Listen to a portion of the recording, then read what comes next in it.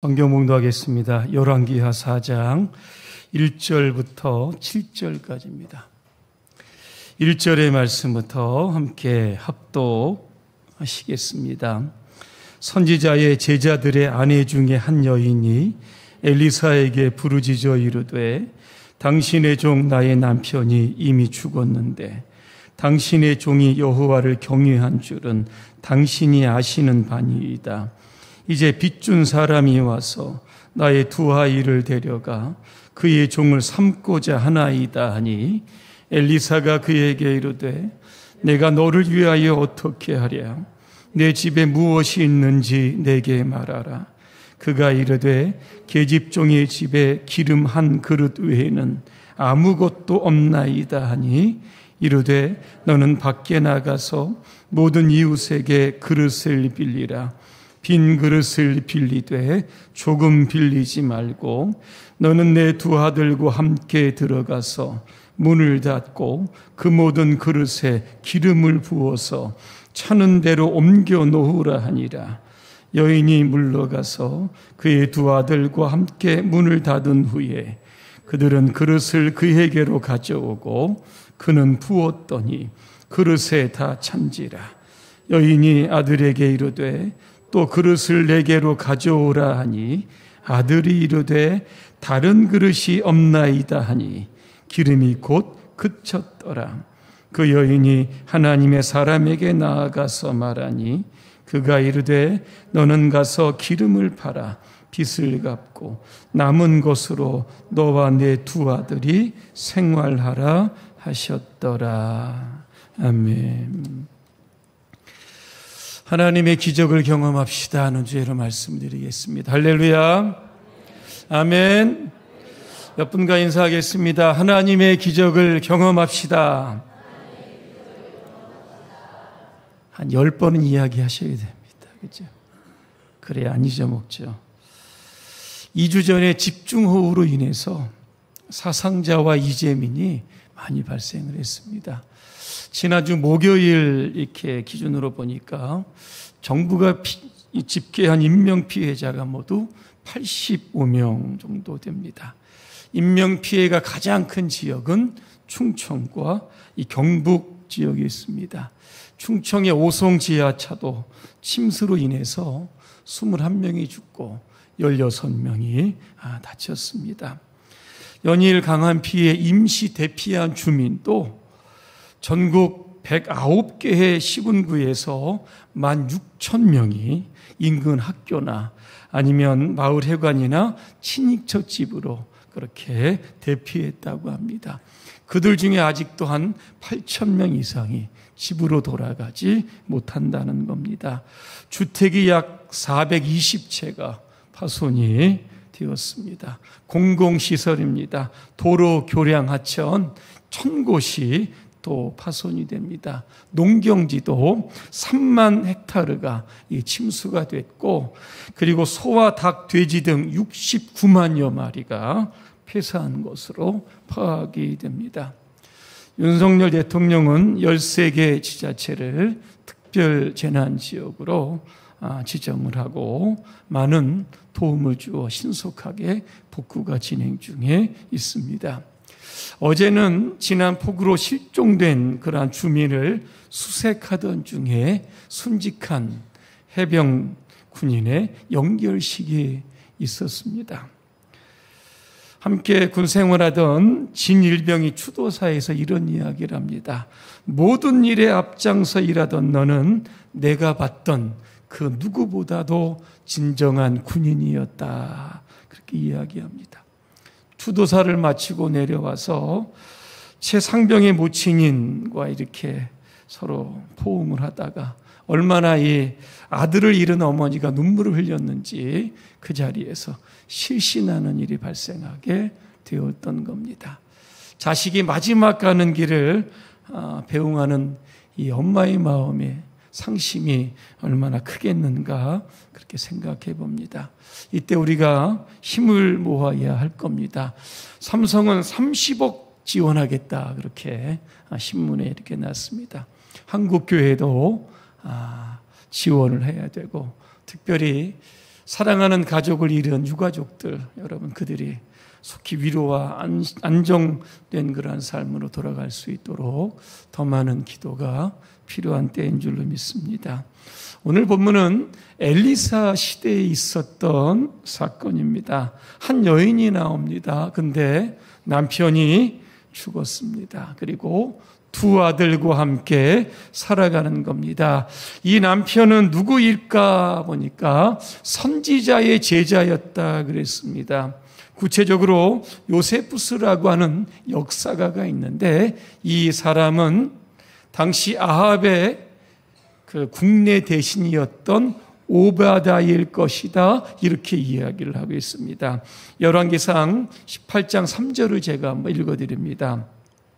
아합의 국내 대신이었던 오바댜가 그 당시에 아합으로 인하여 핍박당하던 선지자들을 도와주었던 겁니다. 그들의 필요를 채우고 먹을 것을 주다 보니까 있는 재산을 다 썼고 돈을 빌려서 그들에게 도움을 주었기 때문에 오늘 많은 빚을 지게 되었다는 겁니다. 요세푸스는 이에 대한 근거로 오늘 1절에 보니까 이 아내의 남편을 여호와를 경외하는 자 그렇게 기록되어 있고 열왕기상 18장 3절에 보니까 여호와를 지극히 경외하는 자 이렇게 되어 있던 겁니다. 그래서 이 두 사람이 오바댜일 것이다, 동일인물 것이다 그렇게 설명하고 있는 겁니다. 이 여인의 남편이 오바댜라고 하면 이런 의문이 생깁니다. 일부에도 말씀을 드렸지만 하나님을 그렇게 잘 믿습니다.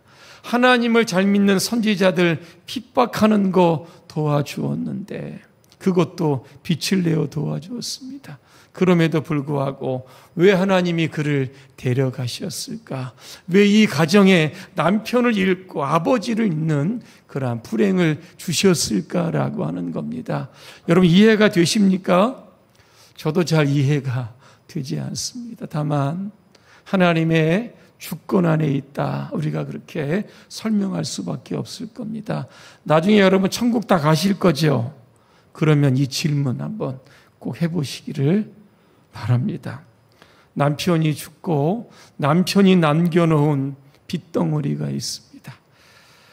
돈을 빌려준 사람들이 와서 돈을 갚으라고 합니다. 능력이 없습니다. 그러면 두 아들을 데리고 가서 종으로 삼겠다. 이렇게 협박까지 합니다. 여인의 상황은 대단히 절망적입니다.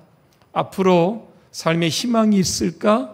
아마 포기했을지도 모를 겁니다. 하지만 이 여인은 절망 속에 그냥 주저앉지 않았습니다. 누구를 찾아갑니까? 엘리사를 찾아갑니다. 그리고 성경에 보니까 그를 향해서 부르짖었다 그랬습니다. 이 땅에 하나님을 잘 믿는 그러한 사람들도 어려움이 찾아오는 겁니다. 목회자의 가정에도 찾아오고 중직자의 가정에도 찾아오고 일반 성도의 가정에도 예고 없이 불행은 찾아오게 되는 겁니다.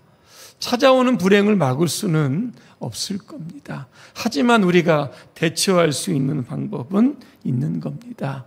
이 여인이 절망 가운데 엘리사를 찾아가 부르짖었던 것처럼 우리도 하나님을 찾아가서 우리의 원통한 마음, 이 슬픈 마음을 다 내려놓고 하나님께 큰 소리로 부르짖어 기도하면 되는 겁니다. 마틴 루터는 이러한 말을 했습니다. 개와 마귀는 우리가 엎드리면 도망간다. 개는 우리가 돌을 줍는 줄 알고 도망을 가고 마귀는 우리가 엎드려 기도하는 줄 알고 도망간다. 그렇게 그런 말을 했습니다. 무슨 이야기입니까? 여러분 기도하는 여기에 능력이 있다라고 하는 겁니다. 어려운 문제, 절망의 문제 앞에 여러분 낙심하지 마시고 하늘의 하나님을 향해서 여러분 큰 소리로 부르짖어 기도하시길 바랍니다. 예레미야서 33장 3절입니다. 너는 내게 부르짖으라. 내가 내게 응답하겠고 내가 알지 못하는 크고 은밀한 일을 내게 보이리라. 그렇게 말씀합니다. 미국의 심장 전문의가 이런 이야기를 합니다. 묵상으로 기도하는 사람이 있고 부르짖어 기도하는 사람이 있는데 부르짖어 기도하면 암에 걸릴 확률이 묵상 기도하는 사람들보다 그렇게 많지 않다는 그런 결론이 나왔던 겁니다. 그리고 손을 높이 들고 기도하면 기도할수록 우리 몸이 건강해진다. 이러한 그런 자료를 발표했습니다. 왜 그럴까 그렇게 궁금해 보니까 여러분 부르짖을 때 여러분 어떻게 합니까?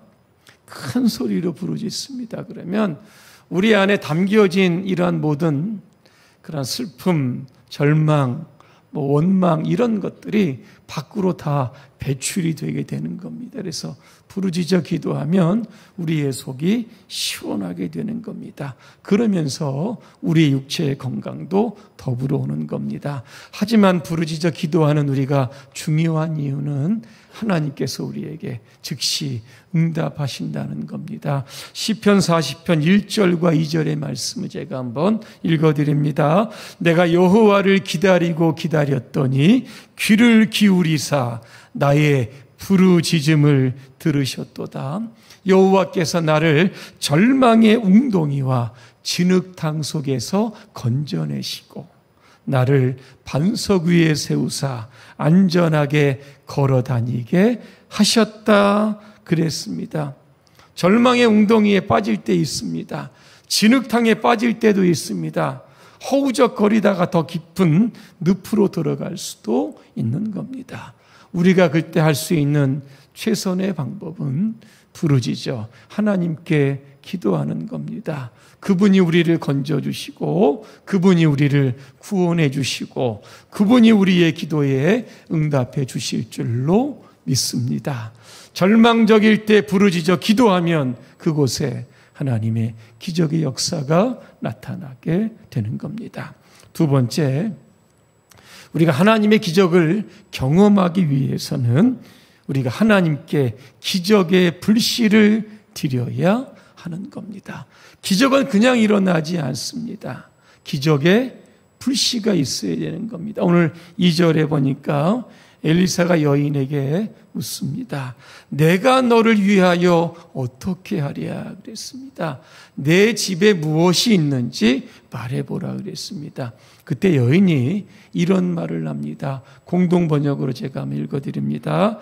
집안에 남아있는 것이라고는 기름 한 병밖에 없습니다 그랬습니다. 여러분 이 여인의 대답을 여러분 한번 어떻게 했을까? 한 병밖에 없는데 이것 가지고 안 되겠습니까? 이런 뉘앙스보다 기름 한 병인데 이걸 가지고 어떻게 살라고 하는 겁니까? 이 기름 한 병으로 뭘 어쩔 건데 당신이라도 이 한 병 가지고는 기적을 일으킬 수 없습니다. 아마 이런 기적에 대한 전혀 기대하지 않은 마음으로 좀 퉁명스럽게 이야기했을 겁니다. 여러분 하나님께서 모세에게 출애굽의 사명을 주시기 위해서 부르십니다. 그리고 이스라엘 백성들에게 가서 이렇게 이야기하라 그렇게 말씀합니다. 그때 모세가 하나님께 이렇게 말합니다. 이스라엘 백성들이 저를 믿지 않을 겁니다. 제 이야기도 듣지 않을 겁니다. 내가 하나님을 만났다고 했는데 그 말조차도 듣지 않으려고 할 겁니다. 그때 하나님께서 모세에게 이런 말씀을 하십니다. 내 손에 무엇이 있느냐 그랬습니다. 모세가 지팡이 하나 있습니다. 여러분 모세가 내 손에 지팡이 하나 있다. 이 뉘앙스 여러분 한번 생각해 보시기를 바랍니다. 내 손에 지금 마른 막대기 하나 쥐고 있는지 이걸 가지고 무슨 출애굽의 역사를 어떻게 이루어 갑니까? 이거 안 됩니다. 할 수 없습니다. 이 엄청난 사역을 어떻게 이루어 갑니까? 못합니다. 이렇게 말합니다. 그때 하나님 모세에게 뭐라고 말씀하십니까? 지팡이 땅바닥에 던져라 그랬습니다. 그랬더니 뱀이 됩니다. 모세가 겁나서 피하니까 또다시 말씀합니다. 뱀의 꼬리를 잡아라. 그랬더니 지팡이가 되었던 겁니다. 모세는 손에 있는 이 지팡이, 마른 막대기, 이거 가지고 뭐하나 그렇게 생각을 했는데 하나님은 그 지팡이면 된다는 겁니다. 왜? 그 지팡이는 이제부터 기적의 지팡이가 될 거라는 겁니다. 내가 생각하는 하찮은 지팡이가 아니라는 겁니다. 여러분, 모세가 지팡이를 가지고 바로에게 갑니다. 나일강을 칩니다. 그물이 어떻게 됐습니까? 피로 변했습니다. 그리고 홍해를 건너야 됩니다. 모세가 지팡이를 들고 홍해를 향해 손을 내밉니다. 홍해가 갈라집니다. 광야길 가는 동안 그 지팡이로 반석을 쳐서 물을 내서 이스라엘 백성들을 먹이게 했던 겁니다. 지팡이 가지고 뭘 하나 그렇게 생각을 했는데 여러분, 지팡이, 나중에 모세는 지팡이를 가리켜서 하나님의 지팡이다 그랬습니다. 바꿔 이야기하면 기적을 일으키는 지팡이다, 이렇게 고백을 했던 겁니다. 예수님께서 벳세다 들판에서 말씀을 전하십니다. 해는 저물어 가는데 배가 고픈데 먹을 음식이 없었던 겁니다. 빌립을 부릅니다. 얼마의 돈이 있으면 이 사람들을 다 먹일 수 있겠느냐 이렇게 물어보니까 200데나리온의 돈이 있어도 그 돈을 가지고 떡을 산들 부족해서 사람들에게 다 나누어 주지 못할 겁니다. 그때 안드레가 나옵니다. 한 소년을 데리고 오는데 도시락 1인분, 보리떡 5개요, 물고기 2마리가 있습니다. 여기 1인분의 도시락이 있습니다. 그러면서 안드레가 이렇게 이야기를 합니다. 그러나 이것을 가지고 이 수많은 사람들을 어떻게 먹일 수 있겠습니까? 그렇게 이야기합니다. 자, 돈으로도 안 된다는 겁니다. 오병이어를 가지고도 안 된다는 겁니다. 1인분 식사를 가지고 지금 앉아있는 사람들이 5,000명인데 어떻게 먹일 수 있겠습니까? 주님의 기적을 기대하지 않는 그런 발언이었던 겁니다. 예수님께서 사람들을 다 자리에 앉힙니다. 그랬더니 5,000명입니다. 오병이어를 가지고 하나님께 감사 기도를 드립니다. 그리고 사람들이 원하는 대로 다 나누어 주라고 그랬습니다. 성경에 보니까 사람들이 실컷 먹었다 그랬습니다. 그리고도 12광주리가 남았다. 그렇게 되어 있던 겁니다. 오늘 주님은 저와 여러분에게 묻습니다. 내 집에 뭐가 있느냐? 내 손에 뭐가 있느냐? 내가 가지고 있는 것이 도대체 무엇이 있는가? 여러분 물어보시는 겁니다. 내가 가진 것이 아주 미미하지만 그것이 하나님의 손에 들려지게 되면 그것이 바로 기적의 불씨가 되는 줄로 믿습니다. 그래서 우리는 앞으로 이렇게 기도해야 됩니다. 하나님, 이것도 없고 저것도 없어서 참 힘듭니다. 이것도 주시고 저것도 주십시오. 앞으로 이렇게 기도하지 마시길 바랍니다. 하나님께서 저에게 주신 것들이 굉장히 많이 있습니다. 적지 않습니다. 이게 하나님의 기적을 일으키는 불씨로 사용되기를 원합니다. 나의 믿음도 드리고 나의 열정도 드리고 나의 물질도 드립니다. 이것이 하나님의 손에 들리면 하나님 놀라운 기적의 역사를 일으키실 줄로 믿습니다. 그 현장에 내가 기적의 주인공으로 서게 하여 주시옵소서. 여러분 이렇게 기도를 바꾸셔야 합니다. 엘리사가 여인에게 말합니다. 3절에 너는 밖에 나가서 모든 이웃에게 그릇을 빌리라. 빈 그릇을 빌리되 조금 빌리지 말고, 여기까지 딱 되어 있습니다. 얼마만큼 빌리라는 겁니까? 많이 빌리라는 겁니다. 빈 그릇이 주는 어떤 상징적인 의미가 있습니다. 빈 그릇에 하나님이 채우시겠다는 겁니다. 하나님의 축복은 제한이 없는 겁니다. 무한하신 하나님께서 넘치도록 채우시는 겁니다. 요한복음 10장 10절의 말씀해 보니까 내가 온 것은 양으로 생명을 얻게 하고 더 풍성히 얻게 하려는 것이다. 하나님 우리에게 주시는데 풍성히 주신다는 겁니다. 넉넉하게 주시고 차고 넘치도록 우리의 삶에 부어주시겠다. 지금 이 약속을 하시는 겁니다. 자, 그런데 문제는 우리가 이 그릇을 얼마만큼 빌려올 것인가라고 하는 겁니다. 여러분 몇 개 빌려오시겠습니까? 말씀해 보십시오. 한 개요? 종적인 반응 한 개 빌려오시겠어요? 10개요? 100개요? 1000개요? 왜 말씀 안 하세요? 안 빌려오실 겁니까? 될 수 있는 대로 한 100만 개 정도 여러분 빌려오시. 그릇 공장에 가가지고 있는 그릇 여러분 다 갖고 오시기를 바랍니다. 될 수 있는 대로 갖고 오셔야 됩니다. 자, 엘리사가 여인에게 뭐라고 말씀합니까? 그릇 몇 개 갖고 오라 얘기하지 않았습니다. 이웃에게 가서 있는 빈 그릇 다 빌려오라고 그랬습니다.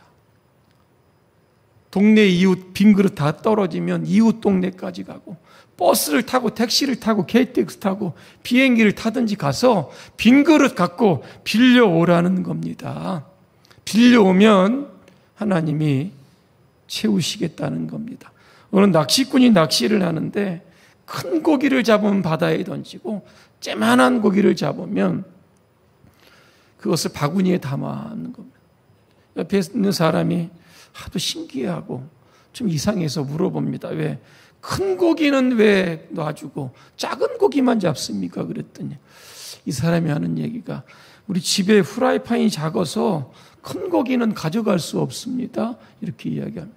여러분 이게 어떤 의미가 일까를 한번 생각해 보면 하나님은 그에게 큰 물고기, 큰 축복을 주시는데 후라이팬, 믿음과 생각, 마음의 사이즈가 작은 겁니다. 그러니까는 큰 것을 주셔도 담을 만한 그릇이 안 되니까 맨날 조그만 축복만 받고 살아가는 겁니다. 시편 81편 10절입니다. 내 입을 크게 열라. 내가 채우리라 그랬습니다. 믿음의 분량이 큰 만큼 하나님께서 채우신다는 겁니다. 여러분 어려운 일 아니지 않습니까? 엘리사가 명합니다. 4절에 너는 내 두 아들과 함께 들어가서 문을 닫고 그 모든 그릇에 기름을 부어서 차는 데서 옮겨 놓아라. 여러분 상상력 한번 발휘해 보시기를 바랍니다. 기름 한 병에 딱밖에 없는데 빈 그릇 빌려왔습니다. 기름을 빈 그릇에 여러분 담습니다. 근데 기름이 떨어지지 않습니다. 어디서 그렇게 기름이 나오는지 빌려온 모든 그릇을 채울 때까지 그 기름이 그치지 않았던 겁니다. 얼마나 이 어머니와 두 아들이 신바람 났겠습니까? 야, 빨리 그릇 갖고 와라. 기름 갖고 와라. 결국 어머니 그릇 없습니다. 그랬더니 기름이 그쳤다. 그렇게 말씀합니다. 자, 오늘 우리의 삶에 기적이 언제 멈출까를 한번 좀 생각해 보았습니다. 우리가 준비한 믿음의 그릇들이 이게 다 떨어지게 되면 기적도 그치게 되는 겁니다. 믿음의 그릇 어떤 것일까를 좀 생각해 봅니다. 아유, 저는 더 이상 안 됩니다. 해도 안 됩니다. 이토록 이렇게 힘들게 해봤는데 더 이상 할 수 없습니다. 스스로의 믿음을 포기하고 던지면 그 안에는 기적이 일어나지 않습니다. 믿는 자에게는 능치 못할 일이 없느니라 주님의 말씀을 내 말씀으로 붙들어야 되는 겁니다. 그리고 우리가 하는 모든 일 가운데 믿음을 플러스해서 하게 되면 하나님께서 그 안에 기적으로 역사해 주는 겁니다. 7절에 보니까 엘리사가 여인에게 말합니다. 기름을 팔아서 빚을 갚고 내 두 아들과 생활하라 그랬습니다. 하나님의 기적은 간단한 기적이 아니라 오늘 넘치는 그러한 기적인 줄로 믿습니다. 다윗이 시편 23편 1절에서 이런 고백을 합니다. 여호와는 나의 목자시니 내가 부족함이 없다 그랬습니다. 내가 내 인생의 목자가 되면 맨날 부족합니다. 맨날 간당간당한데 하나님이 내 인생의 목자가 되어주시니까 매일매일 차고 넘친다. 오늘 다윗이 그의 삶에서 고백한 이야기입니다. 특별히 그는 시편 23편 5절에서 이렇게 말합니다. 주께서 내 원수의 목전에서 상을 베푸셨다 그랬습니다. 기름을 내 머리에 부으셨으니 내 잔이 넘쳐난다 그랬습니다. 여러분, 이 여인이 남편 죽고 빚 떠안고 두 아들과 살아가자니 막막했을 겁니다. 돈 빌려준 사람들 와서 맨날 돈 바꾸라고 얘기하고 두 아들 데리고 가겠다 이야기를 합니다. 하지만 그들 앞에서 하나님께서 오늘 큰 기적의 상을 차려주신 겁니다. 그래서 당당하게 살아갈 수 있었던 겁니다. 여러분, 이게 기적이 아니겠습니까? 결론입니다. 아인슈타인은 이런 이야기를 했습니다. 인생에는 두 가지의 삶밖에 없다. 하나는 기적 같은 건 없다라고 하는 것을 믿는 삶. 또 하나는 모든 것이 기적이라고 믿는 삶이다. 나는 후자를 믿는다 그랬습니다. 요즘 이렇게 돌아가는 세상 정황들을 보면 참 기적이 없이는 단 하루도 살기가 힘든 세상입니다. 그래서 이 세상에 필요한 종교가 바로 기독교입니다. 왜? 기독교는 하나님이 살아계시고 하나님이 기적을 베풀어 주시기 때문에 그런 겁니다. 저는 새벽마다 기도를 합니다. 두 가지 기도를 하는데, 하나는 우리 사랑하는 봉사한 교회였던 생업, 직장 하시는 모든 일에 하나님 기적을 부어 주시옵소서. 빈 그릇마다 기름을 부어 주셨던 것처럼 하나님 그런 기적이 우리 봉산의 모든 교우들의 삶 가운데 있게 하여 주시옵소서. 이렇게 기도를 합니다. 또 하나의 기도의 제목은 우리 교회가 하나님이 주시는 큰 부흥의 기적을 경험케 하여 주시옵소서. 그렇게 기도를 하고 있습니다. 어떤 분들은 교회 부흥의 시대가 끝났다. 작은 교회는 다 사라지고 큰 대형 교회만 앞으로 남게 될 것이다. 다음 세대를 사역하는 김상준 목사님 이런 이야기를 합니다. 청소년의 복음화율이 3%인데 그것도 점점 0%대로 내려가고 있다. 다음 세대가 없는 기독교 희망이 있을까? 자조적인 이런 소리를 하고 있습니다. 어제 유아 및 어린이 교회가 여름 성경학교 하게 됩니다. 오전에는 교사들이 아이들에게 말씀을 통해서 양육을 합니다. 오후에 제가 이렇게 봤더니 교회 주차장에다가 이동식 풀장 크게 설치를 해놓고 아이들이 거기서 물총도 쏘고 위에서 쭉 내려가는 거 있지 않습니까? 미끄럼틀에 내려가면서 아주 재미있게 그렇게 놀았습니다. 저녁 때가 되어서 아이들이 식사를 하는데 우리 교사들이 저 주차장에서 숯불, 그죠? 거기다가 그 철망을 얹어놓고 돼지고기를 구워줘서 아이들에게 이렇게 주는 겁니다. 저도 그 자리에 있었습니다. 고기가 얼마나 맛있든지 평생 아마 잊지 못할 겁니다. 그 저녁에는 저 잠옷실과 유치부실에다가 텐트 이렇게 설치를 해서 아이들이 잠을 잤습니다. 참 수고도 많이 합니다. 식사도 해야죠. 이런저런 일이 많습니다. 왜 이렇게 교사들이 수고하는 겁니까? 우리 교회의 다음 세대 확실히 세워가기 위해서 많이 지금 수고하고 있는 겁니다. 모 장로님 저에게 이런 말씀을 하셨습니다. 우리 봉산교회가 교육을 잘하는 교회로 소문이 났다는 겁니다. 체계적인 교육 시스템으로 아이를 잘 양육하고 있다. 이렇게 말씀을 하십니다. 지금도 마찬가지입니다. 여러분의 자녀들 우리 교회 학교로 아니면 청소년, 청년부로 여러분 보내주시기를 바랍니다. 그들이 하나님의 말씀으로 잘 양육되어야만 합니다. 그래야 성장을 하면서도 신앙생활 잘합니다. 타지에 가든 외국에 가든 잘 예수 믿게 되어 있던 겁니다. 그들이 양육을 받아서 어린아이들을 또 가르치는 교사가 될 겁니다. 그들이 앞으로 봉산교회의 새로운 100년을 이끌어갈 수 있는 그러한 주역들이 될 겁니다. 우리 봉산교회가 100년의 여러분 역사가 있습니다. 역사 안에는 저력이라고 하는 게 있고 힘이라고 하는 게 있습니다. 가지고 있는 자원들이 굉장히 많다는 겁니다. 은사들도 있다는 겁니다. 이것이 기적의 불씨가 될 수 있도록 우리가 한번 하나님의 기적을 경험해 보자는 겁니다. 여러분의 삶에 하나님 주시는 그러한 축복의 기적이 있고 우리 교회 안에는 빈자리가 채워지는 하나님의 기적을 경험하게 되시기를 주님의 이름으로 축원합니다. 기도하겠습니다. 하나님, 우리 교회가 날마다 하나님의 기적을 경험하는 교회가 되게 하여 주시옵소서. 성도들의 생업과 직장과 모든 일 가운데 하나님 축복의 기적을 베풀어 주시고 우리 봉산교회에 부흥의 기적을 베풀어 주시옵소서. 다가온 새로운 100년을 향해서 힘있게 부흥하는 봉산교회 되게 하여 주시옵소서.